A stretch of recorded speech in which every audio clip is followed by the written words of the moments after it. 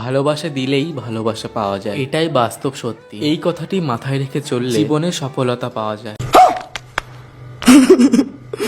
তাই মনের মধ্যে রাগ ক্ষোভ না পুষে সবাইকে আরো বেশি বেশি করে ভালোবাসা দাও। তোমরা অনেকেই জানতে চাও আমাদের এত ভালোবাসার রহস্য, সেটা আসলে কিছুই না। ভিডিও শুরুতে তোমাদের যেসব কথা বললাম সেটাই আমাদের ভালোবাসার মূল মন্ত্র।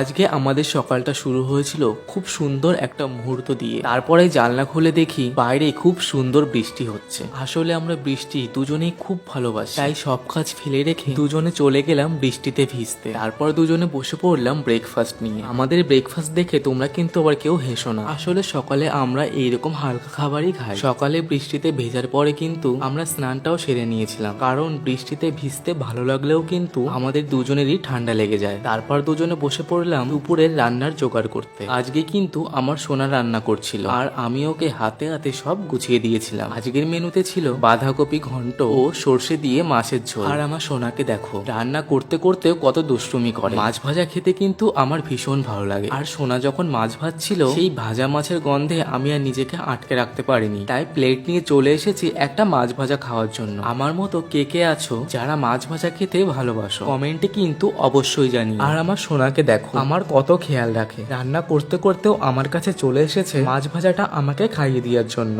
কারণ সে জানে আমি মাছটাও ভালো করে বেছে খেতে পারি না। সত্যি আমার সোনার মতো একজন জীবনসঙ্গী পেয়ে আমি নিজেকে অনেক ভাগ্যবান মনে করি। জীবনে টাকা পয়সা থাক আর না থাক, সোনার মতো একজন জীবন সঙ্গী আছে। বাকি জীবনটা আমি এইভাবেই হাসি মুখে সোনার হাত ধরে কাটিয়ে দিতে পারবো।